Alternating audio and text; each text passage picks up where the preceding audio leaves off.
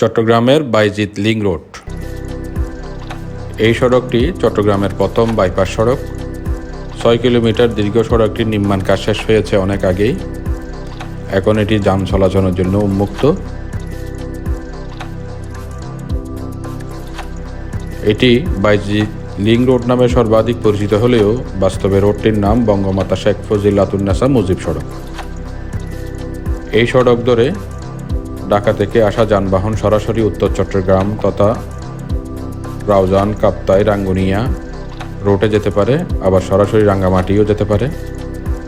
কোনো গাড়ি যদি মনে করে চট্টগ্রাম মহানগরীতে প্রবেশ না করে লিংক রোডটি ব্যবহার করে মুরাদপুর, বহদ্দারহাট হয়ে বেরিয়ে যাবে, অর্থাৎ কক্সবাজার, বান্দরবানের দিকে যাবে, সেটাও সম্ভব। ফৌজদারহাট থেকে এই রোডটি নির্মাণ কাজ শুরু হয়েছিল 1997 সালে। 1999 সালে একনাকে এটি পাশ হয়। তখন 33 কোটি টাকা ব্যয় ধরা হয়েছিল। 2004 সালে জমি অধিগ্রহণ শুরু হয়। 55 একর জমি অধিগ্রহণ করা হয় সড়কটি নির্মাণের জন্য। প্রথমেই রেলওয়ের উপর দিয়ে একটি ওভারব্রিজ নির্মাণ করার কথা ছিল, সেটি শুরুও হয়, কিন্তু পরবর্তীতে এই ওভারব্রিজ নির্মাণ সংক্রান্ত জটিলতা তৈরি হলে সড়কটির কাজ দীর্ঘদিন স্থবির থাকে। অন্যদিকে এশিয়ান উইমেন ইউনিভার্সিটির জায়গা বরাদ্দ নিয়েও কিছুটা সময়ক্ষেপণ হয়। সব মিলিয়ে এক পর্যায়ে সড়কটির নির্মাণ কাজ বন্ধ হয়ে গিয়েছিল। যাই হোক, আমরা সেদিকে যেতে চাচ্ছি না। আমরা এখন যেটা বলতে চাচ্ছি, সড়কের কাজ শেষ। এই সড়কটি নির্মাণ করতে অসংখ্য পাহাড় কাটা পড়েছে। সেই পাহাড় কাটা নিয়ে পরিবেশ অধিদপ্তরের আপত্তি ছিল। পরিবেশ অধিদপ্তর চট্টগ্রাম উন্নয়ন কর্তৃপক্ষকে জরিমানাও করেছিল, মামলাও আছে এই নিয়ে। এগুলো সবই সরকারি সংস্থাগুলোর মধ্যে চলমান কর্মকাণ্ড। আমি আজ যেটা নিয়ে কথা বলবো সেটি হচ্ছে চট্টগ্রামের পর্যটন রিলেটেড বিষয়। এই সড়কটি নির্মিত হওয়ার পরে চট্টগ্রামের পর্যটনের নতুন একটি দিগন্ত উন্মোচিত হয়েছে। এই সড়ক ধরে যারা ঢাকা গিয়েছেন কিংবা ঢাকা থেকে চট্টগ্রামে প্রবেশ করেছেন, তারা এরই মধ্যে বিষয়টি বুঝতে পেরেছেন। অসম্ভব রকম সুন্দর একটি সড়ক, দুই পাশে সবুজ গাছপালা, পাহাড়গুলো কাটা, কিন্তু দেখতে মনে হয় এই বুঝি পাহাড়টি আমার মাথার উপর ভেঙে পড়ল। যদি বর্ষাকালে চট্টগ্রামের পাহাড়ি মাটি নরম থাকে অতিবর্ষণের সময়, সেই সময় কিছু মাটি ভেঙে পড়ে, এটাও বাস্তবতা। এসব বাস্তবতা থাকার পরেও এই সড়কটি ধরে আপনি যখন চলাচল করবেন তখন দেখবেন সড়কটি অন্যরকম একটি অনুভূতি আপনাকে দিচ্ছে। সবুজের মাঝ ধরে আপনি যখন সাঁই সাঁই করে গাড়ি নিয়ে যাবেন তখন মনে হবে আপনি প্রকৃতির মধ্যে হারিয়ে যাচ্ছেন। উঁচু উঁচু পাহাড় আছে। আবার যদি কখনো হাতে সময় থাকে, এই সড়কের ধারে গাড়ি রেখে কিছুক্ষণ অবকাশ সময় পার করেন, তাহলেও আপনি নতুন করে প্রকৃতির কাছে পৌঁছতে পারবেন। আরেকটি মজার বিষয় হলো, যারা অ্যাডভেঞ্চার প্রিয় তারা যদি এই পাহাড়ের চূড়ায় ওঠেন তাহলে সামনেই দেখবেন বঙ্গোপসাগর হাতছানি দিয়ে ডাকছে। এই পাহাড়ের চূড়া থেকে বঙ্গোপসাগর খুব কাছে এবং সেটি দৃষ্টি সীমার মধ্যেই আছে। আমরা দেখেছি, আমরা পাখির চোখে আপনাদের সেটা দেখানোরও চেষ্টা করব। এই পাহাড়ের চূড়ায় উঠে আপনি যখন পশ্চিম দিকে তাকাবেন দেখবেন বঙ্গোপসাগর, সেখানে জাহাজ নোঙর করা আছে। অর্থাৎ সাগর থেকে পাহাড় দেখার সে অপূর্ব সুযোগটি এই সড়কে তৈরি হয়েছে। আপনি সড়কে গাড়ি চালিয়ে যদি যাতায়াত করেন তাহলে সেটা বোঝা যাবে না, কিন্তু আপনি যদি সময় কাটানোর জন্য, বেড়ানোর জন্য এদিকে আসেন এবং পাহাড়ের চূড়ায় ওঠেন, তখন আপনি দেখবেন যে আসলেই এই পাহাড়ের চূড়া থেকে সাগর দেখা যায়, বঙ্গোপসাগরই দেখা যায়। সেই অর্থে বলতে পারি পাহাড় থেকে সাগর দেখার যে সৌন্দর্য, যে দৃষ্টিনন্দন একটা ভিউ আপনি সেটা পাবেন। এই সড়ক ধরে আপনি গাড়ি চালিয়ে চলে গেলে দ্রুতই যাবেন। 4 লেন সড়ক, এক প্রান্তে 2টো করে লেন আছে। আপনি হয়তো মাথার উপরে পাহাড় ভেঙে পড়তে পারে এই আশঙ্কায় থাকবেন, কিন্তু যদি সময় কাটান, 1 ঘন্টা 2 ঘন্টা সময় দেন, তাহলে দেখবেন অসংখ্য ফুল, পাহাড়ি বনফুল ফুটে আছে সড়কের ধারে। আপনাকে এই ফুলগুলো বিমোহিত করবে। এখন আমরা যে সড়কটি দেখছি, গাড়ি চালিয়ে যাচ্ছি পাশে, মনে হচ্ছে এই বুঝি পাহাড়টি ভেঙে পড়বে। আর যখন পাখির চোখে আমরা দেখি, তখন দেখি সবুজ সমারোহের মধ্য দিয়ে পাহাড় কেটে, পাহাড় ভেদ করে চলে গেছে একটি সড়ক। এখানে অসংখ্য মানুষ আসেন বিকেলবেলা, বিশেষত সময় কাটান, প্রিয়জনকে নিয়ে আসেন, ছবি তোলেন, আত্মছবি তোলেন, একে অন্যের ছবি তোলেন। কিন্তু এখানে সড়কে দাঁড়িয়ে থাকার মতো আসলে সুযোগ কম। কিন্তু আপনি যদি কোথাও গাড়িটা পার্কিং করে সময় কাটাতে চান, তাহলে অবশ্যই পারবেন। বিকেলবেলা এখানে হাজারো মানুষ আসে, কেউ হাঁটেন, কেউ বাইসাইকেলিং করেন, কেউ বসে আড্ডা দেন। আবার আশপাশে, সড়কের আশপাশে কয়েকটি রেস্টুরেন্ট চালু হয়েছে। বিশেষত এখনও টং দোকান বেশি আছে, মানসম্পন্ন খাবার দোকান এখনও নাই। তো আপনি সেখানে এসে বসতে পারেন, খাবার খেতে পারেন, নাস্তা খেতে পারেন। আমরা এই সড়কটি দেখানোর জন্য আপনাদের একাধিক দফা এই সড়কে গিয়েছি। এই সড়কের পরতে পরতে আমরা দেখার চেষ্টা করেছি, আপনাদের আজকে সেটা দেখানোর চেষ্টা করব। শুধু সড়কে গাড়ি চালিয়ে চলে গেলাম সেটা নয়, আমরা সড়কে দাঁড়িয়ে আশপাশের ফুলের ছবি তুলেছি, পশু পাখির ছবি তুলেছি আপনাদের দেখানোর উদ্দেশ্যে। আমি আবার সেই পুরনো কথায় ফিরে আসি। এক পর্যায়ে নির্মাণ কাজ বন্ধ হয়ে গেলেও নতুন করে সড়কটি আবার কাজ শুরু করা হয়েছিল। 2015 সালে এটি কাজ শুরু হয়, তখন খরচ অবশ্য বেড়ে গিয়েছিল। যাই হোক, 2020 সালে এসে সড়কটির কাজ শেষ হয়, গাড়ি চলাচলের জন্য এরপর থেকে উন্মুক্ত করে দেওয়া হয়, যদিও আনুষ্ঠানিকভাবে এটি উদ্বোধন করা হয় অনেক পরে। এখন বলা হচ্ছে সড়কটিকে টোলের আওতায় CDA, এটিকে ব্যবহার করতে হলে যাত্রীদের তথা গাড়িকে টোল দিতে হবে। সেক্ষেত্রে পর্যটনে একটু সমস্যা হতে পারে। এরপরেও পরবর্তীতে কী হবে সেটা আসলে বলা মুশকিল এখন থেকেই। আমরা সড়কটিতে নেমে আশপাশে বেশ কিছুক্ষণ হাঁটলাম, ভিতরে পাহাড়ের দিকে একটু হাঁটলাম, সেখানে গরুর খামার দেখলাম। আমরা অনেকক্ষণ ধরে এই সড়কটি দেখতে দেখতে বুঝলাম আসলে আমাদের এই সড়কটি, চট্টগ্রামের এই সড়কটি নির্মিত হয়েছে 4 লাইনে। গাড়ির গতিও বেশ ভালো, একাধিক কালভার্ট আছে সেখানে। আমি যখন মালয়েশিয়া যাই, মালয়েশিয়ায় ঘুরতে গিয়ে একাধিক পাহাড়ি এলাকায় আমি গেছি, পার্বত্য এলাকায় গিয়েছি।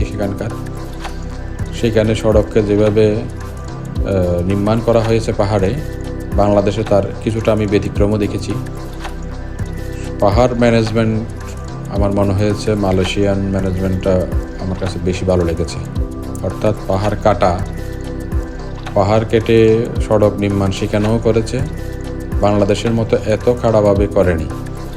এখন যদি আপনি কাটা পাহাড়ের পাশ দিয়ে সাঁই সাঁই করে গাড়ি চালিয়ে যান, তাহলে এক পর্যায়ে মনে হতে পারে পাহাড়টি আপনার মাথায় ভেঙে পড়বে। বাস্তবেও কখনো কখনো বর্ষাকালে পাহাড়ের মাটি ভেঙে পড়ে। আমরা এইমাত্র একটা কালভার্ট পেরিয়ে এলাম, সেখানে কিছু মাটি অবশ্য পড়েছে। সামনে যে কাটা পাহাড় যেভাবে দেখছেন, সেই কাটা পাহাড়টি যখন আপনি পার হবেন, তখন দেখবেন আসলেই ভয়ঙ্কর রকম সুন্দর। ইতিমধ্যে স্ট্রিট লাইট লাগানো হয়েছে, যদিও রাত্রে খুব বেশি জ্বালানো হয় না এখনও। আমি একদিন গাড়ি চালিয়ে আসার সময় দেখেছি রাত্রিকালীন সময়ে এই লাইটগুলো জ্বলতে। এরপর কয়েক দফা গিয়েছি, স্ট্রিট লাইট জ্বলন্ত অবস্থায় আমি দেখিনি রাত্রে। দিনের আলোতে এই সড়কটি অত্যন্ত নয়নাভিরাম। মানুষ এখানে বেড়াতে আসেন, ঘুরতে আসেন, কমপক্ষে 2-3 ঘন্টা সময় পার করতে পারেন। এই সড়ক ধরেই চট্টগ্রামের ডিসি সাহেব যেই পর্যটন বাস চালু করেছেন, সেই ট্যুরিস্ট বাসটি এই সড়ক ধরেই ডিসি পার্কে যায়, পতেঙ্গা যায়, টানেলের দিকে যায়। সাতকোলা বাস, দোতলা। সেই সাতকোলা বাসে বসে আপনি যখন এই সড়ক পার হবেন তখন অন্যরকম একটা অনুভূতি ফিল করবেন, এটা নিঃসন্দেহে বলতে পারি। সড়কটির দুই পাশে আমি এর মধ্যেই দেখতে পাচ্ছি একটি পর্যটন বাস আমাদেরকে অতিক্রম করে যাচ্ছে। এটি দোতলা বাস। এই বাস ধরে পর্যটকেরা ডিসি পার্ক কিংবা এইটি ধরেই পর্যটকেরা পতেঙ্গা সমুদ্র সৈকতে যায়। আপনারা দেখতে পাচ্ছেন এখানে বসার একটু ব্যবস্থা আছে। কিশোরীরা এখানে বিনোদনে আসে, ঘুরতে আসে, অনেকেই প্রিয়জনকে নিয়েও আসেন। আমরা একটা জায়গায় কিছুক্ষণ সময় বসলাম। এরই মধ্যে গৌদলি বেলা শুরু হয়ে গেছে, বিকেলবেলা। পশ্চিম আকাশে সূর্য নিজেকে হেলিয়ে দিয়েছে, একটু পরেই অস্ত যাবে। আমরা হাঁটছি সড়কে, দেখার চেষ্টা করতেছি সড়কটিকে। দুই পাশে অসংখ্য টং দোকানও আছে। গ্রিন ভিউ নামে একটি রেস্টুরেন্ট আছে, সেখানে মানুষ বসেন। আমিও হাঁটা শুরু করলাম কিছুক্ষণ। হাঁটতে হাঁটতে আমি দেখলাম যে আশপাশে আরও কয়েকটি দোকান আছে। আমরা এরই মধ্যে একটু তৃষ্ণার্ত হয়ে পড়েছি। যাওয়ার পথে আমরা সড়কের এক পাশটা দেখানোর জন্য চেষ্টা করেছি। তারই ভিউ আপনারা দেখতে পাচ্ছেন। অনেকে বসে আছে সড়কের ধারে, কেউ কেউ দাঁড়িয়ে আড্ডা দিচ্ছে। আমিও হাঁটলাম বেশ কিছুক্ষণ সময়।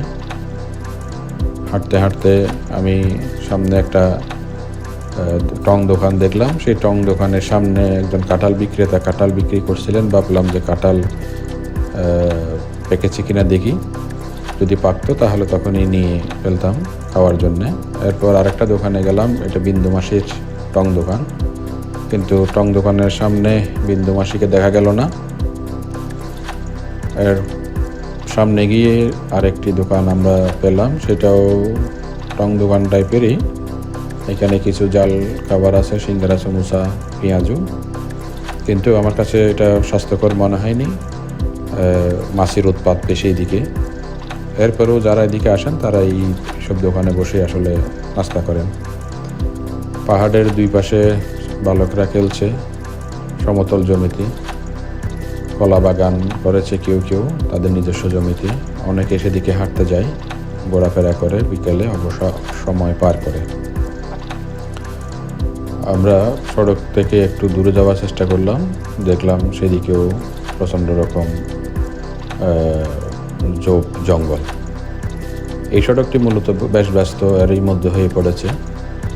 অনেক গাড়ির যাতায়াত। চট্টগ্রাম মূল শহরকে বাইপাস করে এই সড়কটি দিয়ে অনেক গাড়ি যাতায়াত করে, অর্থাৎ এটি চট্টগ্রামবাসীকে নতুন যোগাযোগের দিগন্ত উন্মোচন করে দিয়েছে।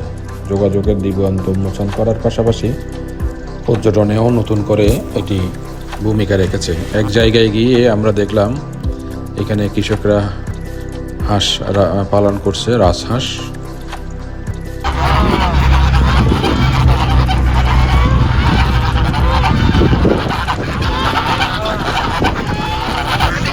রাজহাঁসের আওয়াজ শুনলাম কিছুক্ষণ। এই সড়কটি আসলে নির্মিত হওয়ার পরে যে পর্যটনের অবারিত সুযোগ তৈরি হলো সেটা তো বললামই।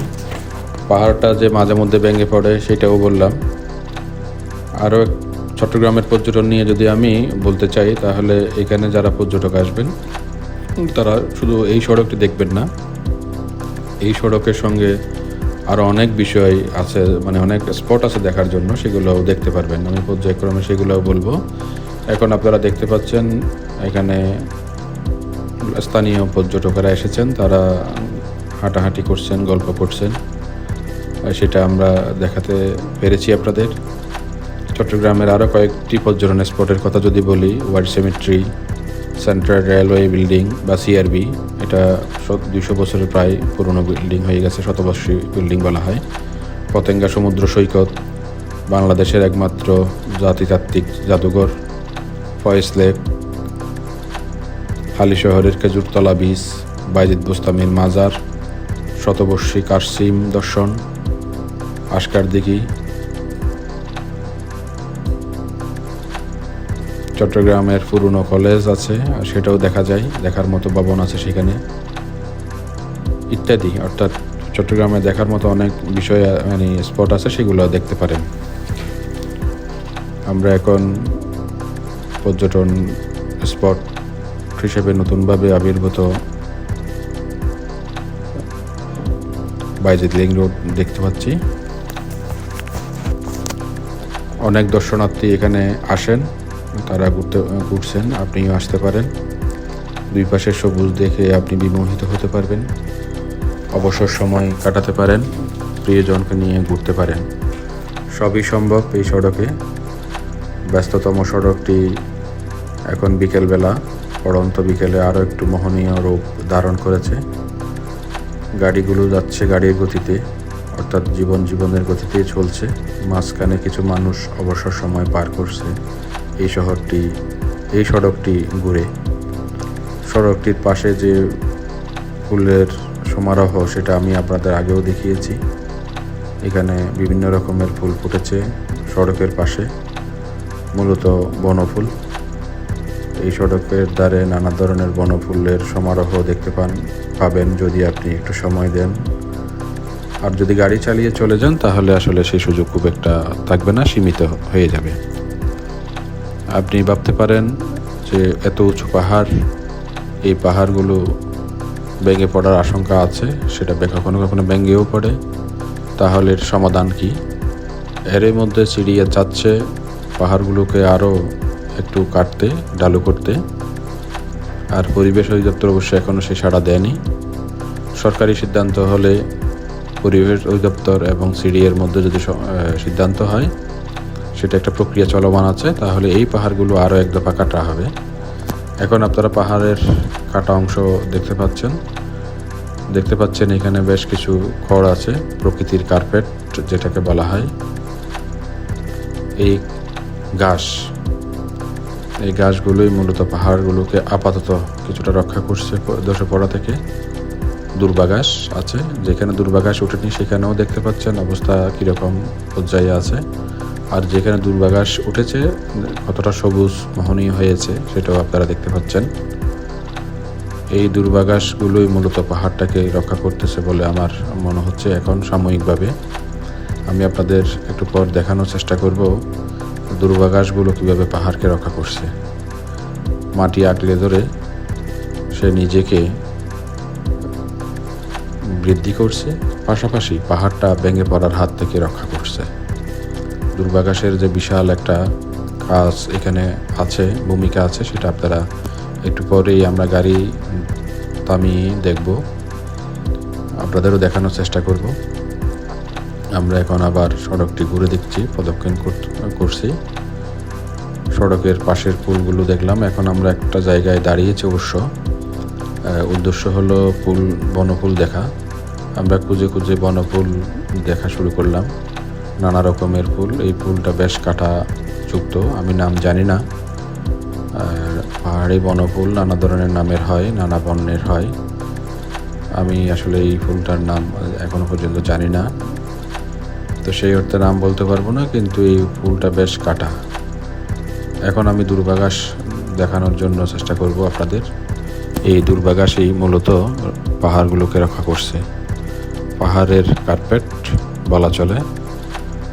যেই অংশটায় দুর্বাঘাস নেই, পাহাড়ের বাজ আপনারা দেখতে পাচ্ছেন। দেখতে মনে হতে পারে একেবারেই পাথুরে মাটি, আসলে অতটা পাথুরে মাটি নয় এগুলো। এই অংশে একটু পাথুরে মাটির মতো দেখাচ্ছে। চট্টগ্রামের পাহাড়ের বৈশিষ্ট্যই হলো বালিময়, বৃষ্টির সময় ভেঙে পড়ে।